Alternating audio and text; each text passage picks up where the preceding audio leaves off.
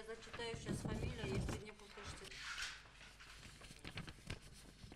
Заседание. За отказ или уклонение от явки или в список. 17 февраля 2017. Мен командирімнің міндетін атқарушы болғандықтан оқу жаттығуға қатыса алмадым. 2017 жылдың 17 ақпаны күні дауылды ескерту берілген болатын. Сондықтан мен тауда жаттығуды тоқтату туралы тапсырма берген болатынмын. Бірақ қайғылы оқиға болар күні таңғы уақытта бір топ әскеридің автотехникалармен жаттығуға шығып кеткен. Мен оны шындығында білген жоқпын, дегенмен қарамағымдағы сарбаздардың қауіпсіздігін сақтап қалуға тырыстым. Бұл үшін қатты өкінемін. Перед тем, как перейти к началу судебного следствия, у сторон...